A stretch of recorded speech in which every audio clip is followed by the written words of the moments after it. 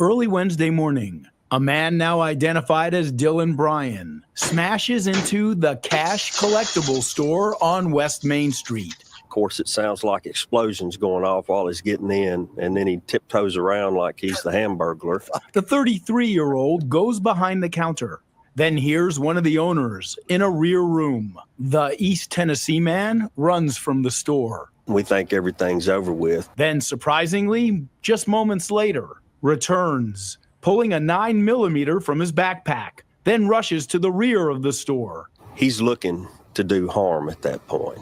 By this time, shop owner Roger McCandless is ready, armed with a shotgun. The store owner fires one time, striking the bandit in the stomach while retreating. The suspect opens fire, shooting as many as 5 rounds. Bullets hit the floor, the ceiling, the wall. Then it goes through here. As you can see, the front door is now peppered with birdshot. It hits the floor, then hits the wall, then it lands on top of the victim was armed with birdshot. Thankfully, neither buckshot. Roger McCandless or his wife, Shira, are hurt. Say it again, Steve. I said the suspect is lucky that the victim was armed with birdshot and not buckshot. Yeah. Or he'd be dead. Tony said, "Good old boy." That was a classic image of that dude walking in a frame with the shotgun there. Hold on, let's watch the rest of it. Happened so fast, you don't have time for emotions. The problem got resolved pretty quick. Right now, it's good guys 1, bad guys 0. We're happy about that because it could have went the opposite very, very quickly. According to police, Dylan Bryan is unfamiliar with the area, and while running away, he falls a great distance, breaking his pelvis. This is dash cam as the armed man limps into the street. He tosses his firearm, then surrenders to the Hendersonville Police. It was all in a matter of a few seconds. You don't have time to get scared. You just have time to react. This owner was prepared for the situation, and had he not been prepared, I'm afraid this would have been a complete slaughter. There was nothing good going to come from this. You know, so go ahead, talk for a second. I got to cue something up here. Well, I was thinking, Steve, when I was watching that, and I was like, you know, good for that guy with the. And I understand why he probably had birdshot, because I know that one of my main weapons for home defense has always been pistol grip shotgun, and I have the first couple rounds are birdshot, and then it's double aught after that. That's how I have it loaded up. I figure if I got to shoot that many times, then it's time to get serious. But I think a lot of times one of the things I used to tell people, you have to think about those rounds are yours. And especially in home defense or anything else, those rounds start going through the walls, and double aught will go through the wall, and definitely in most homes, and could kill, you know, somebody else in your family or whatever.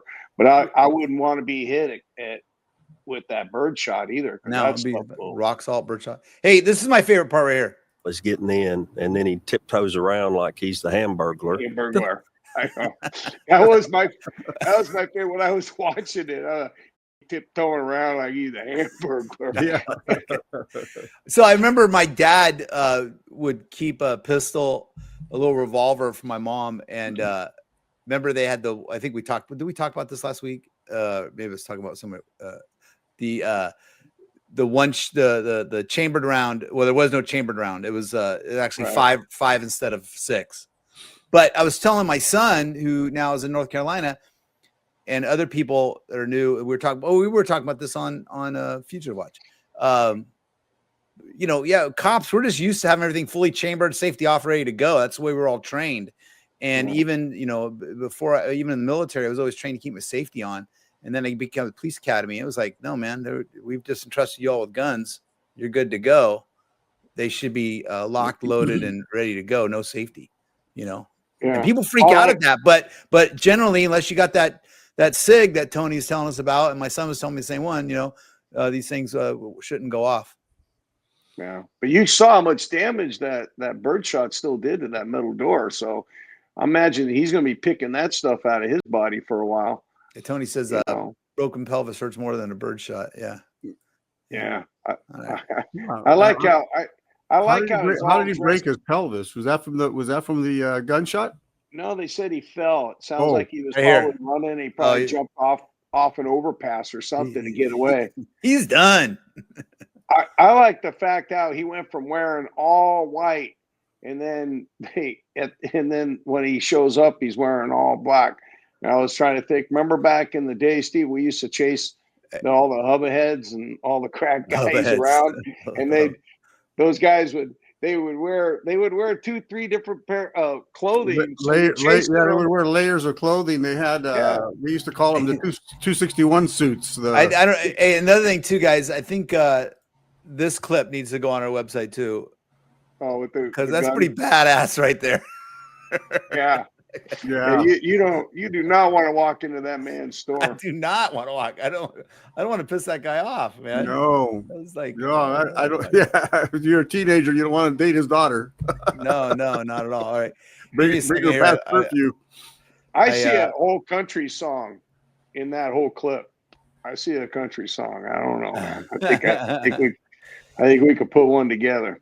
Yeah, probably. I lost here. Keep talking here. I lost the No, we were talking about these guys wearing layers of clothing because you get in the foot pursuit.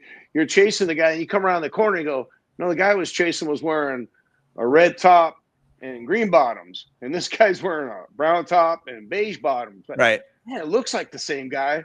And then you round another corner, and now he's got a different cut. But yeah, they'd wear 3 different tracksuit pants, you know. And they peel them off. They're running. Let's move. They turn their baseball cap backwards, so they're more aerodynamic. Yeah. Let's move over to. Let's